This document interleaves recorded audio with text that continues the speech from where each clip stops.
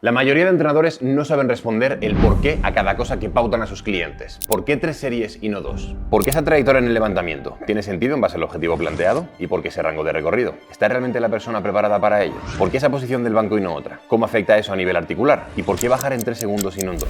Y la realidad es que lo entiendo, porque hubo un día en el que yo tampoco tenía respuesta a todas esas preguntas. De hecho, hubo un tiempo en el que toda esta información literalmente nos tenía como en un partido de tenis. Estaban los de un bando y los de otro discutiendo a ver quién tenía razón o quién tenía razón. Hasta que, gracias a Dios, apareció la biomecánica, la única rama junto con la fisiología que es objetiva, que no entiende de opiniones y sobre todo que se basa en la matemática. Y sabemos que la matemática siempre es exacta. Pero no te preocupes si todo esto te suena muy avanzado, no vas a tener que aprenderte decenas de miles de fórmulas para poder aplicar a tu entrenamiento. Hay unos cuantos pasos que son muy sencillos, pero que te van a permitir poder interpretar y saber muchas cosas acerca de tu entrenamiento para sacar el máximo partido. Pero sobre todo, tener la tranquilidad de que tienes las variables del entrenamiento bajo control, que sabes lo que estás haciendo y que eso mismo te acerca a tu objetivo. Mi nombre es Álvaro Guzmán, soy entrenador especialista en biomecánica y llevo muchos años compartiendo información en redes sociales acerca de esto mismo. No solo he subido contenido en redes sociales durante todo este tiempo, sino que también he formado a miles de entrenadores personales que a día de hoy ya saben analizar, seleccionar y ajustar al milímetro los mejores ejercicios a sus atletas. Todo esto lo hemos hecho bajo la certificación especializada en biomecánica con más alumnos en habla hispana, el certificado experto en biomecánica aplicada al entrenamiento de fuerza. Y si a todo esto le sumamos que he escrito el libro de biomecánica más vendido en habla hispana,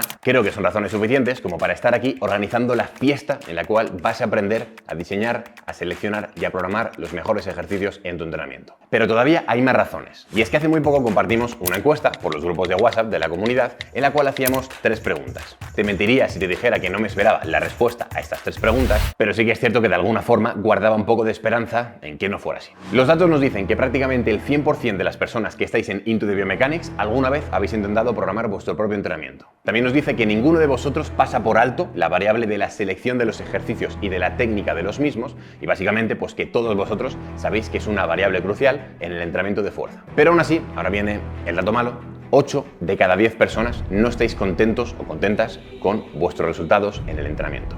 Por lo que hemos creado esta formación para directamente reinvertir este último dato e intentar que todas las personas que estéis aquí, cuando termine la formación, tengáis herramientas suficientes como para poder mejorar vuestro entrenamiento, aunque sea un poco. Es por eso mismo que durante este evento te voy a enseñar, y por tanto tú vas a aprender, los 5 criterios, las 5 preguntas que deberías hacerte para aprender si un ejercicio tiene sentido que lo incluyas en tu programación del entrenamiento o no.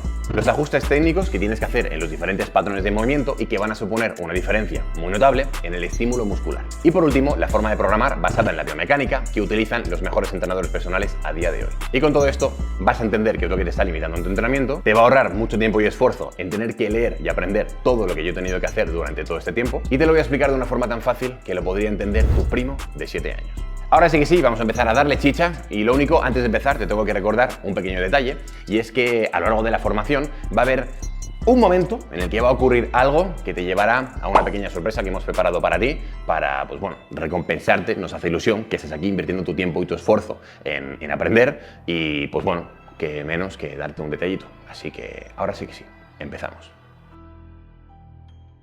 Muy buenas, ¿qué tal estáis? Bienvenidos y bienvenidas al tercer y maravilloso día de Into the Biomechanics. El tercer y último también, aparte de maravilloso, porque siento deciros que la fiesta de la science, de los gains y de la biomecánica, pues le queda poquito, está a punto de terminar. Pero no vamos a entrar en lamentaciones, no vamos a ponernos aquí tristes, lúgubres y taciturnos, sino que vamos a disfrutar de este tercer día como Diosito manda para poder sacar el máximo partido a nuestro entrenamiento de tren inferior y también a aprender cositas interesantes de programación del entrenamiento. Es importante que sepas que lo que hemos preparado está muy guapo. Va a haber parte del contenido que va a ser pues en este formato en el cual ya los tenemos grabado, y va a haber otra parte del contenido, en la parte de programación, en la que sí, ahora bien, ya que hemos terminado con todo el jaleo que teníamos, voy a entrar en directo en breves para poder comentarte todo, ¿vale? Así que la parte de programación la vamos a hacer en directo, estará bastante chulo porque voy a resolver vuestras dudas también que tengáis sobre programación, vamos a dedicarle el tiempo prácticamente que necesitéis, y pues para pasar el domingo tranquilote entre tú y yo, y que digamos, venga, pues un espacio aquí espacio temporal, valga la redundancia, de dedicar a la programación del entrenamiento. Bien, así que bueno, tengo aquí, ya sabes, la chuletilla de qué es todo lo que tengo que... estaba hablando antes aquí con David, que les decía, fíjate, parezco el típico, ¿no? A ver, ¿dónde dice que está las goteras? ¿Aquí? Vale. Pues mira, genial, cuando terminemos te hago el presupuesto, ¿no? Así que bueno, pues lo dicho, que me voy a pillar aquí todo lo que... es que todavía no manejo esto. Vale, let's go, ahora sí. Tengo aquí la chuleta, tengo muchas cosas que decirte. Y lo primero que vamos a hablar es del cuádriceps. ¿Bien? ¿Por qué vamos a hablar primero del cuádriceps?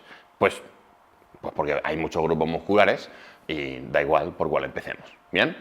El cuádriceps es un grupo muscular que está compuesto por 4 músculos. ¿Bien? Bueno, pues esto que sepáis que es mentira. Realmente en 2016 salió un paper en el cual nos decía que el cuádriceps tenía 5 músculos. Uno de ellos era el tensor del vasto intermedio, así que a partir de ahora tenemos un problema, porque ¿cómo lo vamos a llamar? Lo vamos a llamar quanticeps, pentaceps, ¿no? Es como fuck, no puedo durar mucho tiempo aquí, ¿no? Entonces, el cuádriceps es importante tener en cuenta que para poder sacar el máximo estímulo tenemos que ampliar el rango de recorrido. ¿Bien? Es decir, es un músculo rango de movimiento dependiente. Cuanto mayor rango de recorrido, cuanto mayor profundidad, ya sea en sentadilla, ya sea en una flexión de rodilla, en una extensión de rodilla, en máquina, pues vamos a intentar aumentar el rango de recorrido lo máximo posible. Ahora bien, lo máximo posible dentro de un estándar de estabilidad articular. Recuerda que de nada te va a servir aumentar el rango de movimiento de cualquier músculo, de cualquier articulación y por ende de un ejercicio determinado, si a lo largo de ese rango de movimiento las articulaciones involucradas no están estables y por lo tanto el riesgo de lesión aumenta. Bien, entonces también es importante que sepas que hay otros grupos musculares dentro de, por ejemplo, patrones de la sentadilla que son también rango de movimientos dependientes, como puede ser el glúteo y como puede ser, por ejemplo, el aductor mayor. El aductor mayor es un grupo muscular que, por ejemplo, tiene mucha mecánica de extensión de cadera cuando estamos a 90 grados de flexión de la misma. Es decir, conforme aumentamos la flexión de la cadera, el aductor mayor que va por la parte posterior de la pierna, por la parte posterior e interna de la pierna, también tiene capacidad de generar una extensión. Por eso mismo, hay veces que cuando hacemos la prensa de piernas, hay algunas personas que piensan que la prensa o que los ejercicios de sentadilla o de variantes estimulan mucho el isquiosural porque sienten daño muscular, agujetas por la zona posterior de la pierna y dicen, bueno, pues aquí ¿qué está? El isquio. No, pues aquí hay muchas cosas. No solo está el isquio por la parte de atrás, es que por la parte interna y un poquito atrás también está ese aductor mayor que es el que tiene capacidad de extender la cadera, ¿vale? Entonces, ¿qué te quiero contar con esto? Lo que te quiero contar es que la mayoría de personas que van al gimnasio piensan que la sentadilla es un ejercicio increíble para absolutamente todo el mundo. Aquí tengo a mi pana, le hemos llamado Cruci, en honor a Cruz Cafuné, que es un músico que nos gusta muchísimo. Y entonces tenemos a nuestro pana Cruci, que lo voy a utilizar para explicarte cosas interesantes, ¿vale? Lo primero es que, a ver, ¿esto yo lo puedo sacar de aquí? Sí, maravilloso. Lo primero es entender lo que ocurre con la sentadilla. Y es que esta persona va a representar a una persona de todo el mundo. Se ha apagado el Bluetooth, no pasa absolutamente nada, es que antes estamos aquí con la música a tope. Entonces, va a representar a una persona X. ¿Por qué digo una persona X? Porque el ejemplo que yo te pueda poner, en este caso, de alguien que está haciendo un patrón de sentadilla, solo lo podemos extrapolar a alguien que tenga exactamente estas mismas proporciones. ¿A qué me refiero con proporciones? Pues, por ejemplo, hay un ratio entre... Lo voy a poner esto por atrás, es que el eje articular es un poco raro, ¿vale? Hay un ratio entre la longitud del tronco y la longitud del tren inferior. También hay un ratio entre la longitud de la tibia y la longitud del fémur.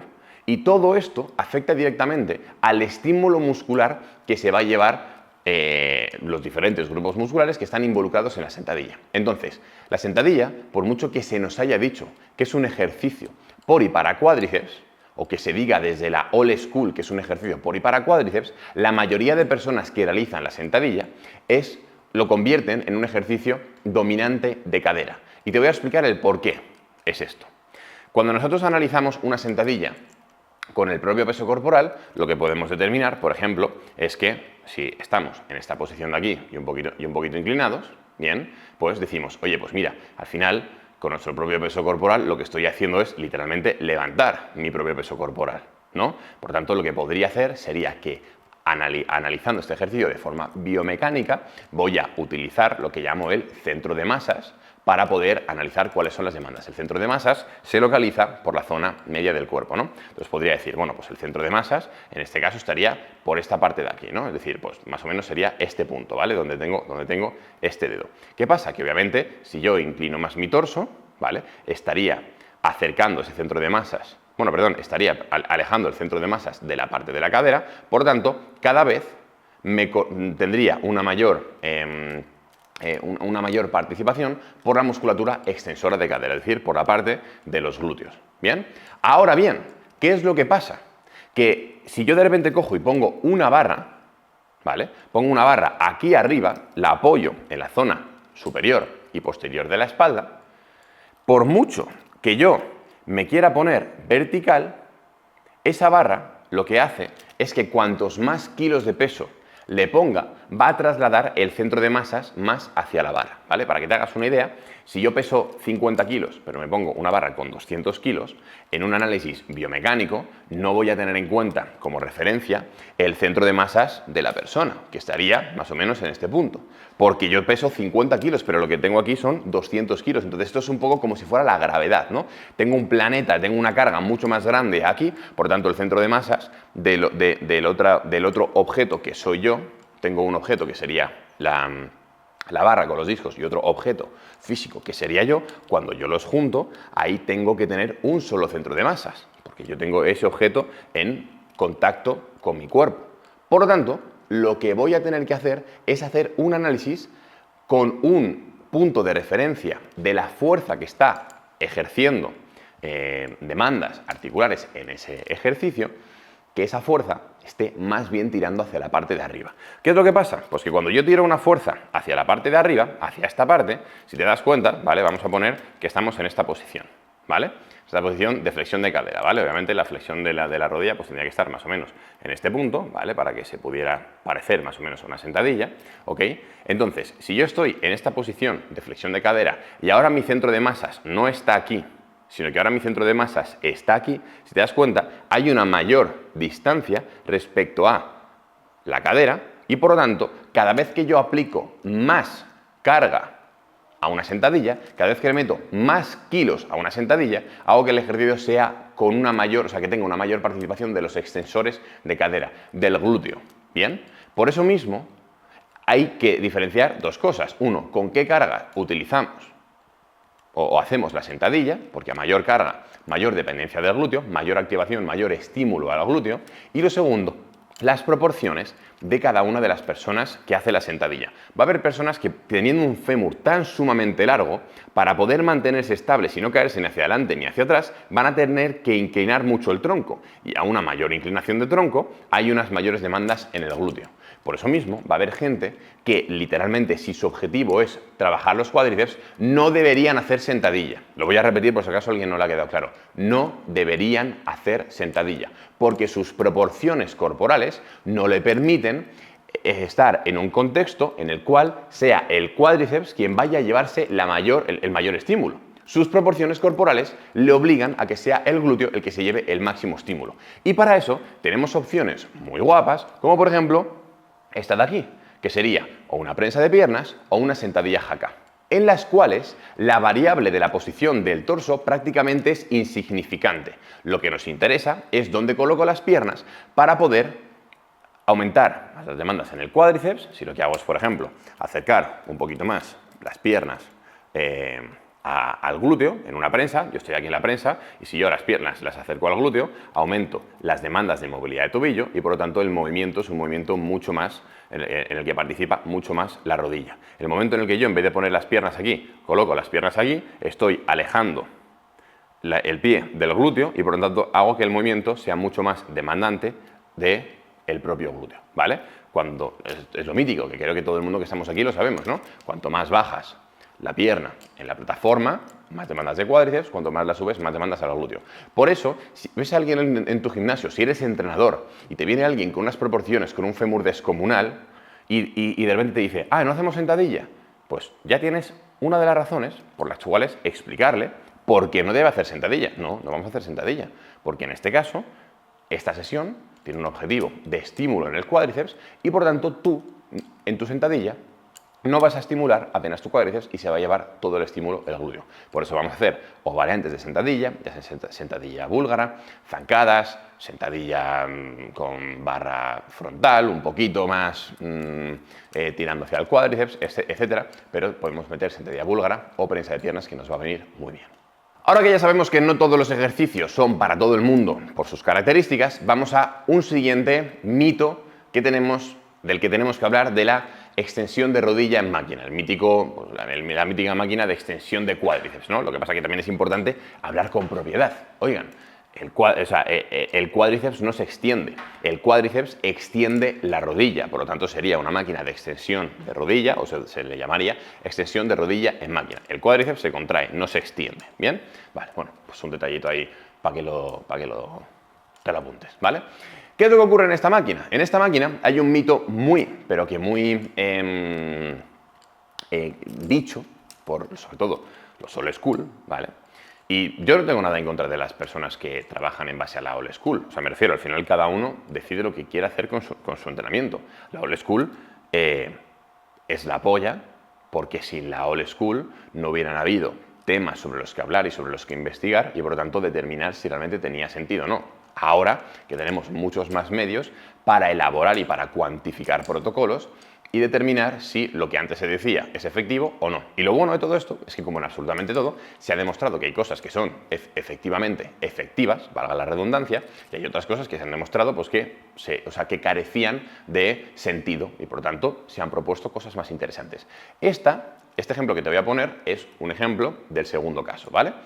Y es el mítico ejemplo de intentar enfatizar un poco más en el vasto interno del cuádriceps o en el vasto externo. Lo que se dice es que según la rotación, en este caso, de la pelvis, ¿vale? Pues por ejemplo, si pongo mi pie mirando hacia adentro o mi pie mirando hacia afuera, pues que puedo generar un estímulo u otro en el vasto interno o en el vasto externo, ¿vale? ¿Esto es verdad? Bueno, cuando analizamos los estudios científicos nos dicen que efectivamente podemos tener un pelín más de activación en un vasto o en otro vasto. Ahora bien, ¿esto es rentable? ¿Esto es aplicable? La realidad es que no, y te voy a contar el porqué.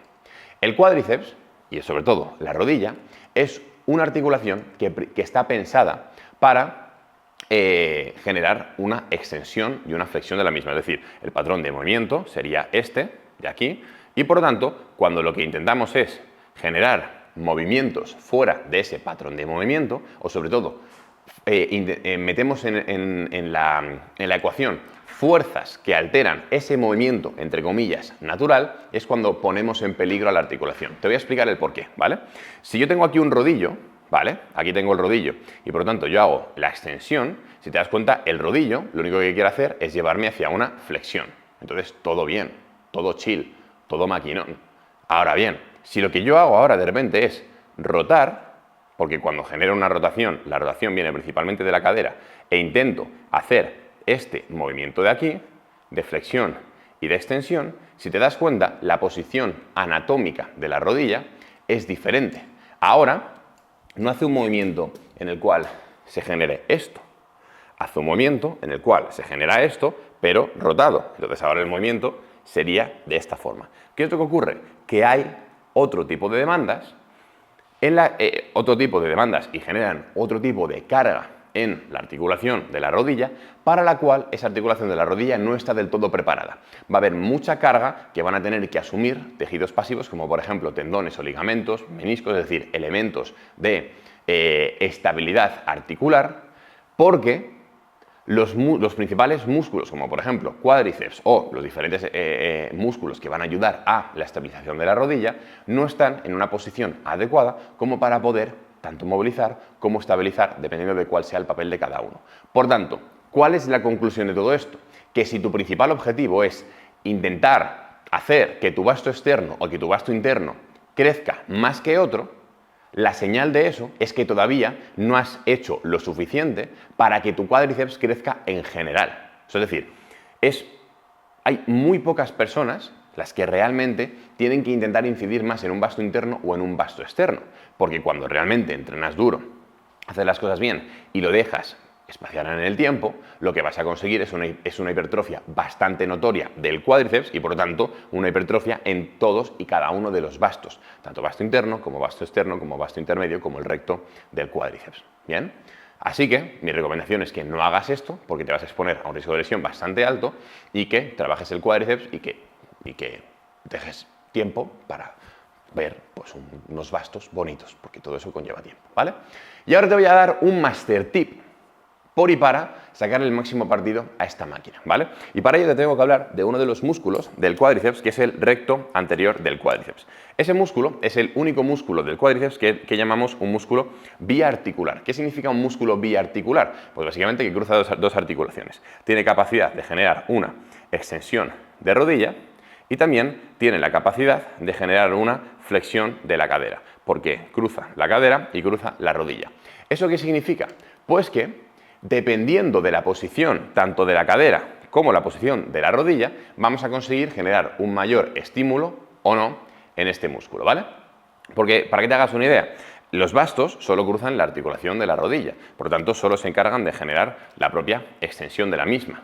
Ahora bien, esto significa que a mí me da exactamente igual tener esta posición, esta posición, esta posición, esta posición, que siempre y cuando se produzca la extensión, a mis vastos les va a ocurrir lo mismo. Pero, como el recto anterior sí que cruza esa parte de la cadera, a mí lo que me va a interesar es, por ejemplo, variar respecto a si quiero colocar la cadera así en flexión o un poquito más en extensión y, por lo tanto, hacer el movimiento de la extensión de rodilla. ¿Por qué te cuento todo esto? Pues te cuento todo esto porque hay un pequeño tip para intentar maximizar el estímulo en esa parte del recto anterior del cuádriceps, que es el músculo que más diferencia va a tener de activación respecto a una sentadilla, o sea, cuando comparamos una sentadilla y una extensión de rodilla, y por eso mismo vamos a utilizar este ejercicio para ese músculo. Este master tip es que intentes adelantar un poco tu glúteo en la superficie de pues donde va el culo, del respaldo del culo en la máquina. ¿Por qué hacemos esto? Porque en el momento en el que adelantas ligeramente tu glúteo, ¿vale? Imagínate que estás en esta posición, ¿vale? En el momento en el que tú adelantas ligeramente tu glúteo, si te das cuenta, el movimiento que se hace en la articulación de la cadera es un movimiento de extensión. Este movimiento que se da aquí es exactamente el mismo movimiento que se daría aquí. ¿Por qué? Porque el ángulo entre el torso y las piernas se abre. Entonces, me da exactamente igual que ocurra esto a que ocurra esto. Lo que pasa es que cuando yo resbalo el culo por delante, o sea, hacia adelante en ese respaldo, genero una extensión de la cadera. Cuando genero la extensión de la cadera, consigo que la parte de mi recto anterior que va anclada a la zona de la pelvis se estire un poquito más. Y por tanto, como se estira un poco más, tengo un poquito más de estiramiento en la zona de la pelvis y tengo también estiramiento en la zona de la rodilla. Por tanto, consigo que todo mi recto anterior del cuádriceps esté más estirado y tenga una mayor tensión en estiramiento, cosa que sabemos que es bastante interesante. Y ahora vamos a por el último, y no por ello menos importante, tip por y para el cuádriceps, y es que ya hemos hablado de la sentadilla y ahora vamos a hablar de una variante de la sentadilla que, bajo mi punto de vista, es touché siempre y cuando no tengas una sentadilla jaca. Y es la famosa sentadilla en multipower. ¿Por qué vamos a utilizar la sentadilla en multipower para el estímulo del cuádriceps? Y sobre todo vamos a desterrar mitos y tonterías que se dicen de la sentadilla de la multipower.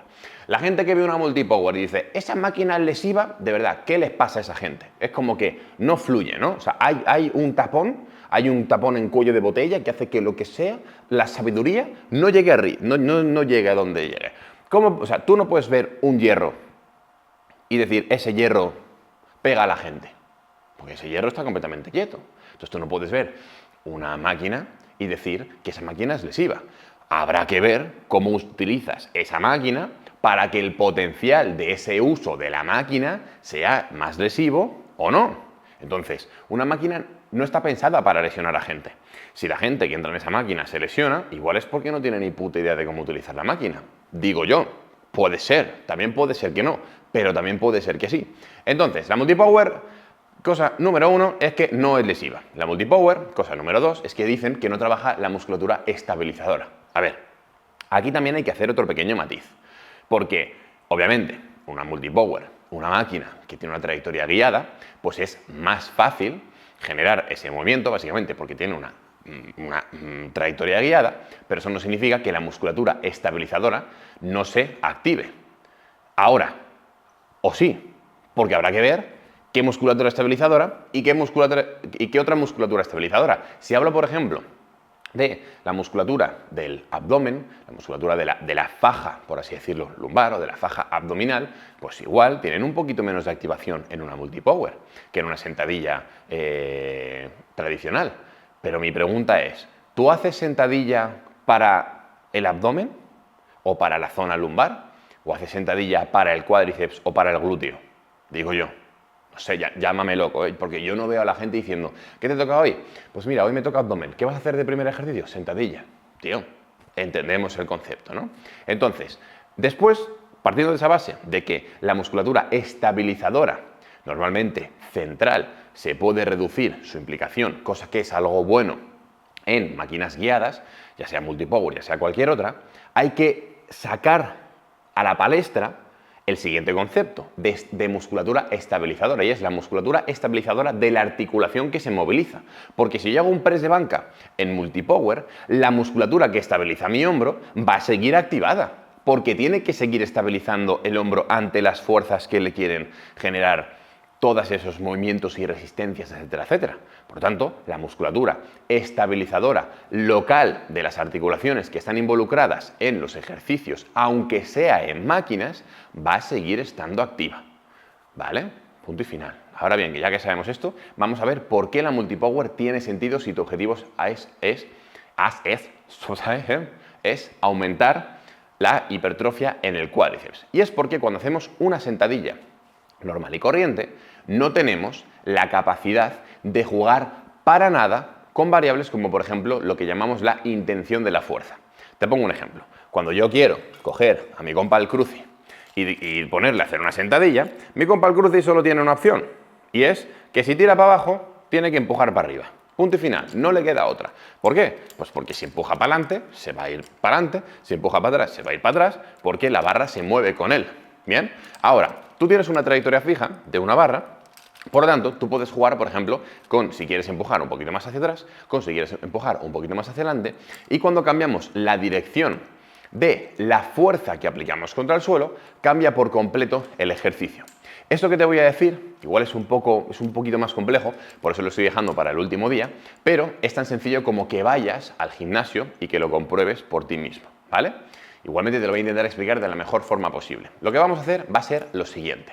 Vas a hacer una sentadilla multipower en la cual no te vas a colocar como todo el mundo se coloca, que es con los pies justo debajo de las caderas, justo debajo de los hombros y por tanto justo debajo de la barra, sino que vas a dar un pequeño pasito hacia adelante. ¿Bien? En el momento en que das un pequeño pasito hacia adelante, y cuando, pues vas a proceder a bajar, a hacer la fase excéntrica, y ahora, cuando subas, vas a intentar no empujar el suelo completamente hacia abajo, sino que vas a intentar empujar el suelo un poquito hacia adelante. Como si tuvieras la sensación de, estando en esta posición articular, como si quisieras hacer así con la rodilla. ¡Pah! Como si quisieras hacer como una especie de chute en baloncesto, como si quisieras hacer esto. Enfócame aquí, porfa. Como si quisieras hacer ¡pum! Así hacia adelante, ¿vale? Como si quisieras empujarte de esta forma. Es decir, vas a empujar el suelo mientras que intentas deslizar los pies hacia adelante. Eso es algo que en la sentadilla no se puede hacer, pero en la multipower sí. ¿Qué vas a notar? Pues vas a notar una mayor implicación por parte de tu cuádriceps. Básicamente porque ya no estarás aplicando fuerza de forma vertical, estarás aplicando fuerza de forma diagonal, y cuando aplicamos fuerza de esta forma conseguimos que esa misma fuerza pase más lejos de la articulación de la rodilla. Por lo tanto, potenciará la implicación del cuádriceps. Ya hemos terminado con el cuádriceps, espero que esto te haya molado. Vamos a pasar al siguiente grupo muscular, que es los isquiosurales. Los isquiosurales están por esta zona de atrás del muslo y es una musculatura que llamamos también biarticular. ¿Por qué? Pues porque tienen la característica de que son capaces de generar una extensión de cadera participando en este movimiento junto con, por ejemplo, musculatura como el glúteo mayor, que sabemos que es de los extensores de cadera más potentes, y también son capaces de generar una flexión de rodilla. ¿Qué significa esto? Pues que nuestro entrenamiento va a intentar utilizar, o deberíamos intentar utilizar, estos dos patrones de movimiento para poder sacar el máximo partido al trabajo de los isquiosurales. Entonces, a partir de aquí es cuando tenemos que empezar a hacernos preguntas, y seguramente te vengan esas preguntas a la cabeza, porque Intuitive Biomechanics está pensado para quitarte esas dudas generales que suele tener todo el mundo en la cabeza. Y es, oye, ¿qué me interesa entonces más? ¿Generar un movimiento, por ejemplo, de extensión de cadera o generar un movimiento entonces de flexión de rodilla? Pues mira, aquí tenemos que empezar a ¿vale? Analizar las variables que afectan a todo esto. El movimiento de extensión de cadera es un movimiento en el cual nos permite poder levantar más peso. Al poder levantar más peso, también nos va a requerir de una mejor técnica. Al requerirnos de una mejor técnica, seguramente nos genere una mayor fatiga. Por tanto, si analizamos lo que llamamos el ratio de estímulo-fatiga, es decir, cuánto estímulo conseguimos por cada unidad, esto es algo abstracto, de fatiga, seguramente nos salga más a cuentas utilizar ejercicios en los cuales generemos una flexión de la rodilla. Porque la flexión de la rodilla es un patrón de movimiento muy sencillo. Se suele realizar en máquinas, no tenemos que tener un componente técnico o digamos una capacidad técnica tan sumamente increíble como para poder sacarle partido. Entonces, la mayor parte del volumen de entrenamiento debería ir destinado a la parte de la flexión de rodilla, aunque obviamente es interesante trabajar la parte de la extensión de la cadera. Y ahora con esta parte de la flexión de la rodilla tenemos diferentes posiciones para poder hacerla. Una de ellas es, por ejemplo, la mítica de que hacemos la flexión de la rodilla completamente tumbado, ¿no? Normalmente suele haber una pequeña flexión de cadera y hacemos el movimiento de esta forma, o la típica máquina de curl de isquio sentado, en el cual hacemos el movimiento de esta forma. Estamos sentados y hacemos el movimiento de la flexión de la rodilla, que es obviamente, de la flexión de la rodilla, que obviamente es el contrario al que hacemos cuando hacemos el movimiento de la extensión de rodilla máquina para el cuádriceps. ¿Bien? Entonces, ¿cuál de los dos tiene más sentido hacer? Vale, pues realmente, cuando analizamos la evidencia científica y sobre todo cuando nos basamos en la biomecánica y en la lógica, si analizamos los principales ejercicios que se dan y que hacemos para poder utilizar el isquiosural en un patrón de movimiento de extensión de cadera, fíjate que la posición de la extensión de cadera o el movimiento, por ejemplo, de un peso muerto rumano, empieza con un patrón prácticamente neutro, o sea, un rango neutro. A partir de aquí lo que hacemos es que bajamos y después volvemos a subir. Bajamos y después volvemos a subir. Entonces, lo que vamos a hacer es trabajar la parte de la flexión de rodilla en un rango de movimiento en el que no estemos tan acostumbrados, ya que no pasamos tanto por esa parte del rango de movimiento en el patrón de extensión de cadera, y es utilizar la máquina de flexión de rodilla sentado, porque estaremos consiguiendo varias cosas. Uno, si lo comparamos con el movimiento de la flexión de rodilla tumbado, si te das cuenta, la parte del isquio que cruza la cadera y que se encarga de generar la extensión de la misma está neutra. En cambio, cuando yo hago una flexión de la cadera, esta parte del isquio se va a estirar. Por eso, si te das cuenta, el movimiento que hacemos cuando queremos estirar el isquio es es ir hacia una flexión de la cadera. ¿Bien? Entonces, si voy hacia una flexión de la cadera, estiro el isquio, y si también extiendo la rodilla, estiro más el isquio, ¿vale? Entonces, por eso mismo, para poder generar un movimiento en el cual consigamos llevar al isquio a un trabajo bajo carga en máximo estiramiento, vamos a tirar de la variante del curl de isquio sentado, ¿bien? Esa sería mi principal recomendación. Ahora, vamos a otro contexto. Ya hemos visto cuál de los dos sería más interesante y ya sobre todo hemos visto el porqué de estos dos es más interesante, que es por esa parte del estiramiento de la zona de la cadera y para poder colocar al isquio en una posición de mejor estiramiento y meterlo bajo carga en ese contexto que sabemos que es bastante interesante para la hipertrofia. Y ahora vamos al siguiente punto, que sería el peso muerto rumano. El peso muerto humano y el peso muerto en general, yo no sé qué le pasa a la gente hoy en día, pero bueno, pues sí, sé lo que le pasa, que cada día hay que inventar más cosas, o es esto es una estrategia de marketing. La estrategia de marketing que se suele utilizar es la de inventarse un problema que no existe para vender una solución a un problema que no existe. Es decir, ahora, ¿por qué el peso muerto es lesivo? Que alguien me lo explique. ¿Por qué el peso muerto es lesivo? ¿Por qué las variantes del peso muerto son lesivas? Si me dices que el peso muerto es lesivo es porque tú te lesionaste, te diré, no, perdona, tú te lesionaste haciendo peso muerto, pero los ejercicios no son lesivos. Porque si un ejercicio es completamente lesivo, lo que ocurre es que si tú vas a hacer un peso muerto con una barra de 20 kilos, solo 20 kilos, y haces el ejercicio, si realmente es lesivo, con los 20 kilos te lesionas. Porque es un ejercicio lesivo. Y entonces seguramente cogeréis todos y me diréis, coño Álvaro, pero no te vas a lesionar levantando una barra de 20 kilos, te lesionarás con más carga. Ah, vale, entonces el ejercicio no es lesivo. Entonces igual lo que es lesivo es la gestión que estás haciendo de la carga, ¿no? Que estás movilizando más carga de la que puedes. Y me dirás, bueno, también tendrá que ver la técnica. Ah, entonces el ejercicio no es lesivo. Entonces hay que ver dentro de ese ejercicio qué técnica utilizas, con qué carga. Entonces empezamos a meter más variables. Entonces un ejercicio per se no es lesivo. Un patrón de movimiento no es lesivo, porque si lo fuera, como te digo, con 20 kilos te lesionas, porque es lesivo. Pero no lo es, porque con 20 kilos no te lesionas. Te lesionas cuando coges muchos kilos, cuando coges sobre todo más kilos de los que realmente estás capacitado para poder levantar, y cuando en ese levantamiento distorsionas la técnica y por lo tanto tus estructuras articulares, musculares, tendinosas, ligamentosas, se ven sometidas a un estrés mayor y por lo tanto te lesionas. Entonces, lo lesivo no es hacer peso muerto, es no tener ni puta idea de hacer peso muerto, o no tener ni puta idea sobre si tienes que hacer peso muerto o no, porque como cualquier otro ejercicio, es una opción. No estoy diciendo que el peso muerto, ni rumano, ni con piernas rígidas, ni convencional, ni sumo, sea obligatorio, es una opción, como cualquier otra. Entonces nosotros como entrenadores, como profesionales, tenemos que tener las herramientas suficientes como para determinar si esa opción tiene sentido para el contexto de mi atleta o como atleta, si te programas tu propio entrenamiento, deberías tener las herramientas suficientes como para poder determinar si ese ejercicio tiene sentido para tu contexto. ¿Bien? Entonces, ¿por qué el peso muerto, rumano, no rumano, búlgaro, lo que tú quieras, de la nacionalidad que sea, ese peso muerto nunca va a ser lesivo? La mayoría de personas te van a mencionar estudios, por ejemplo, de un biomecánico que se llama Stuart McGill. En esos estudios se determina que cuando a la columna la sometes a ciertos ciclos de flexión y de extensión lumbar, a partir de ciertos ciclos, siempre va a haber una hernia discal. ¿Bien? Vale. ¿Por qué esos estudios no se pueden trasladar y extrapolar a un contexto de entrenamiento? Por varias cosas. Lo primero es porque esos estudios se hicieron con columnas de cerdo muertas. O sea, columna de cerdos que estaban muertos, obviamente. Entonces, pues cogieron a los cerdos, les quitaron la columna, lo pusieron en una máquina y les pusieron a hacer así. Esa máquina contaba cuántos ciclos de flexión y extensión y cuando saltaba la hernia, pues decían, ha llegado a no sé cuántos ciclos. Tú no estás muerto, tú estás vivito y coleando, porque estás en Into de Biomechanics. Entonces, una persona que está viva, sus tejidos tienen capacidad de adaptación a la carga, ¿no? Entonces, ya sea tejidos, ya sea ligamentos, ya sea músculos, etcétera, etcétera.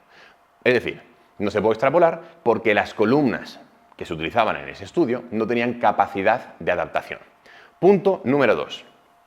Esas columnas no tenían componentes musculares, ni ligamentosos, ni tendinosos que ayudasen a repartir esa carga.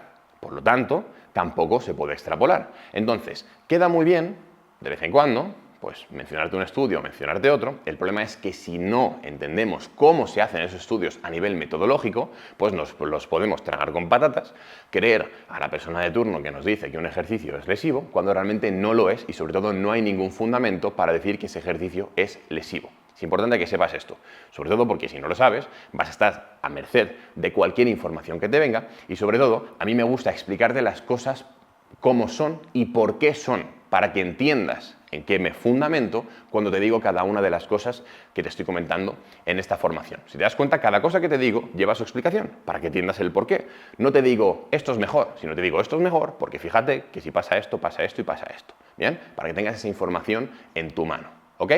Entonces, el peso muerto, ninguna de las variantes van a ser lesivas.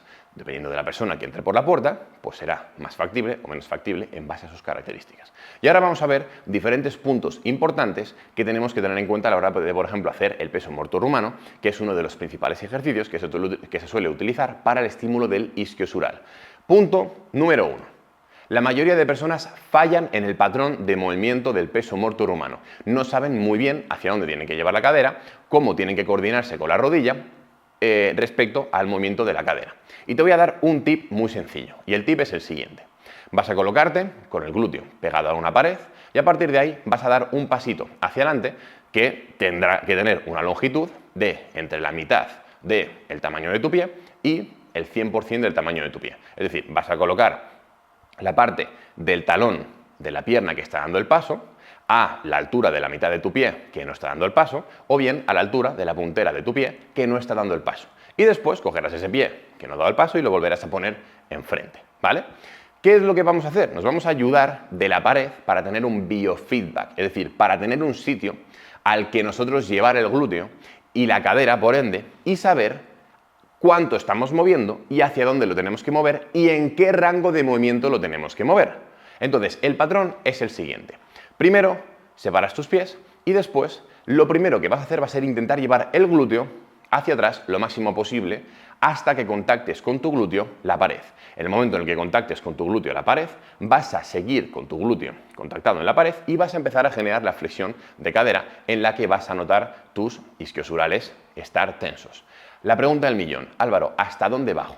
Tienes que bajar hasta donde tu estabilidad lumbopélvica te lo permita, hasta donde tu flexibilidad de los isquios te lo permita. Es decir, tienes que grabarte, tienes que tener un feedback por parte de alguien que esté al lado y que te diga más o menos cuándo eres capaz de mantener una estabilidad de la zona lumbar y sobre todo cuándo tú personalmente notes un estiramiento bastante grande por parte de los isquiosurales. Bien, esto, como ves, es algo bastante subjetivo, es algo bastante abstracto, es algo que cada uno tendrá que ver hasta dónde tiene que bajar. Bien, pero es una de las principales cosas que tienes que hacer para poder mantener un patrón de movimiento del peso muerto humano adecuado. Y el siguiente punto es un punto que muchas personas te han dicho que tienes que ejecutar y es el intentar activar el dorsal. Vale. ¿Por qué decimos que tenemos que intentar activar el dorsal cuando hacemos un peso muerto rumano? El principal punto es porque el dorsal nos ayuda a tener una mayor estabilidad y sobre todo a estar más sólidos, ¿vale? El dorsal nos puede ayudar también a mantener la barra ligeramente más pegada al cuerpo, pero esto a partir de cierta carga ya pierde relevancia. Y te voy a poner un ejemplo muy sencillo.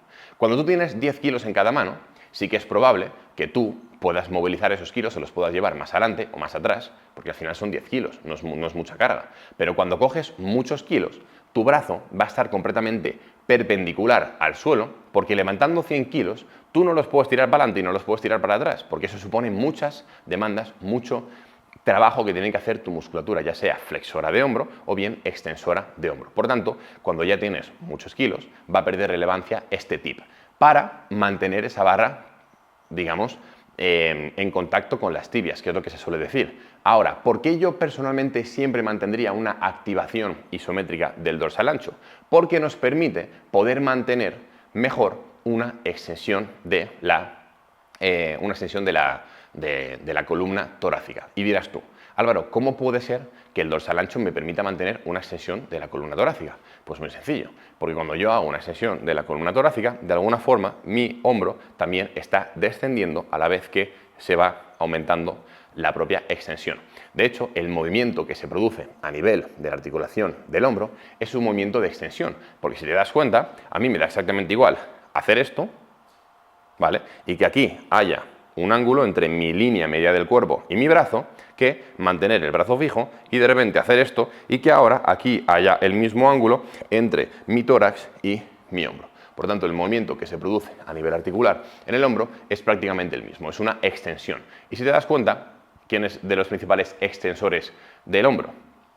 El dorsal ancho. Entonces, el dorsal ancho participa no de forma primaria ni secundaria, hay otros muchos músculos que trabajan en la extensión torácica, mejor que el dorsal ancho, pero sí que participa y nos puede ayudar a mantener esa posición que es tan importante para evitar generar una flexión lumbar muy acentuada, que obviamente cuando salimos de un rango neutro, no hablo de una posición neutra, hablo de un rango neutro de la parte lumbar, pues obviamente el riesgo de lesión aumenta, pero en el peso muerto, en la sentadilla, en un press de banca y en cualquier ejercicio.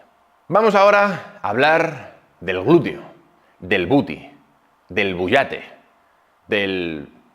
¿Cómo más lo podemos llamar? ¿Qué se te ocurre? De la pompa. De la pompa. Bien, ¿no? Venga, la pompa. Si tienes alguna acepción más que podamos poner, ponla en los comentarios. Y ya está, o en el chat, ahora mismo, ¿vale? ¿Qué es lo que ocurre con este glúteo booty barra pompa barra bullate? Pues que el principal ejercicio que se suele utilizar para el mismo es el hip thrust. ¿Por qué vamos a hablar del hip thrust? Pues porque ya hemos hablado de la sentadilla, hemos hablado un poquito de cómo afectan las diferentes características respecto a las palancas y ahora vamos a ver dos tips importantes respecto al hip thrust. El primer tip está relacionado con algo que muy poca gente piensa y es la altura del banco. Y sobre todo la altura del banco dependiendo de la longitud de nuestro torso. Y te voy a poner un ejemplo muy sencillo. Si eres una persona, por ejemplo, que independientemente de tu longitud del torso, ¿vale? Tienes el banco muy pero que muy hacia abajo, vas a tener un problema y es que vas a tener una falta de rango de movimiento. Porque a la mínima que subas, en vez de tener un hip thrust, vas a tener una especie de puente de glúteo. Porque el banco, el punto de apoyo sobre las escápulas está muy bajo, por lo tanto el rango de movimiento de la extensión de cadera va a ser bastante limitado.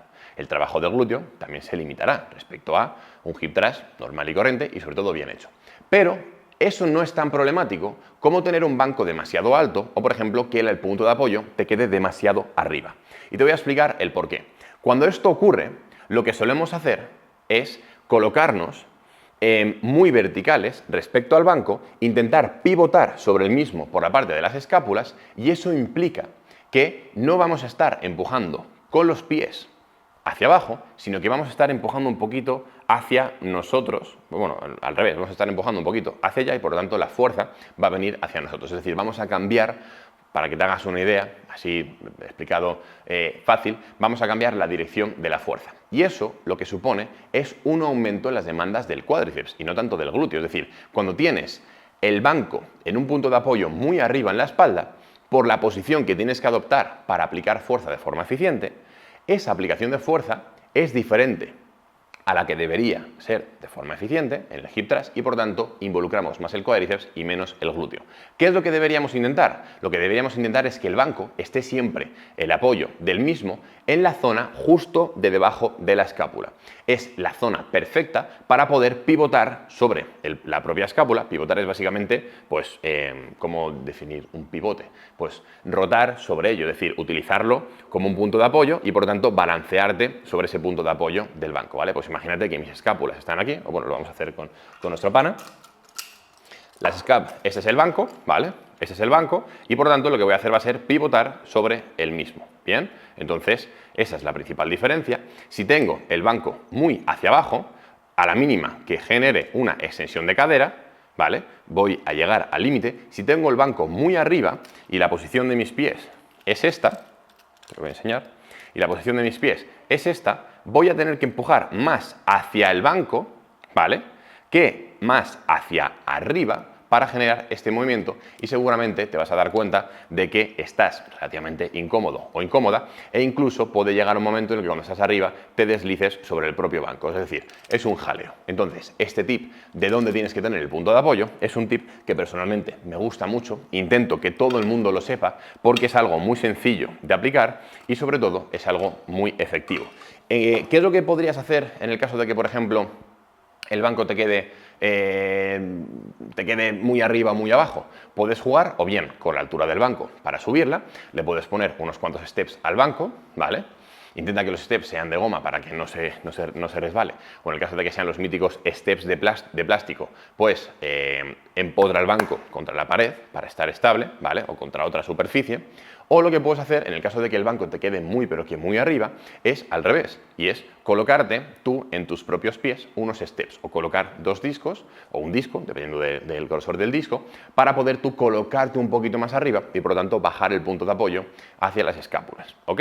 Eso sería el punto número 1. Y el punto número 2, que también es bastante importante, es la intención y el ritmo que tienes que llevar en la subida. La mayoría de la gente lo que suele hacer es meter un impulso muy grande al principio y por tanto lo que consiguen es que el glúteo efectivamente se estimule cuando estamos en la primera parte del rango de recorrido, pero que como la carga al final es una mancuerna y una barra, pues lo que ocurre es que cuando tú empujas y dejas de empujar, pues va a llegar a un punto en el que eso va a seguir hacia arriba por mucho que yo deje de aplicar fuerza. Entonces, si utilizas una carga baja o moderada en el hip thrust, va a llegar un momento en el que cuando metas un empuje muy grande al principio, la carga va a subir por prácticamente inercia. Ese rango de movimiento en el que la carga sube por inercia es el rango de movimiento en el cual tu glúteo no está participando de forma eficiente. Por lo tanto, mi recomendación es que si quieres un estímulo adecuado en el hip thrust, lo que tienes que hacer es todo lo contrario, subir la carga de forma moderada, a un ritmo normal y corriente, por ejemplo, subir entre 2 y 3 segundos, de forma controlada y sin tirones, sobre todo al principio. Y otra cosa que puedes hacer es lo que llamamos una drop set mecánica. ¿Qué es una drop set mecánica? Es básicamente que una vez que hemos hecho nuestra, iba a decir ácido, una vez que hemos hecho nuestra serie con estas características de hacerla a un ritmo, pues medianamente chulo, medianamente lentito y controlado, vamos a descansar entre 20 y 30 segundos aproximadamente y después vamos a utilizar alguna herramienta que nos permita hacer que esa carga podamos subirla de una forma más sencilla, ¿vale? Por lo tanto, vamos a utilizar alguna herramienta basada en la biomecánica para conseguir que esa carga no nos suponga tantas demandas. Al principio, la primera serie lo que hemos hecho ha sido pillar y hacer un ritmo lento. Entonces, si ahora utilizo lo que al principio te he dicho que no hagas, que son los impulsos, voy a conseguir que esos 100 kilos que, por ejemplo, tengo en la barra, pueda levantarlos de una forma más fácil, porque le meto más impulso y consigo que tenga más inercia. Entonces, cuando haces tus 10, 15, 20 repeticiones en el hip thrust, con un ritmo moderado, descansas entre 20 y 30 segundos y ahora sí que sí te puedes permitir el lujo de meterle un empuje bastante grande y hacer entre 5 y 10 repeticiones aproximadamente, obviamente pues dependiendo del rango de movimiento, o sea, del rango de repeticiones al que hayas ido, pero meter unas repeticiones extra que te va a venir bien para el estímulo.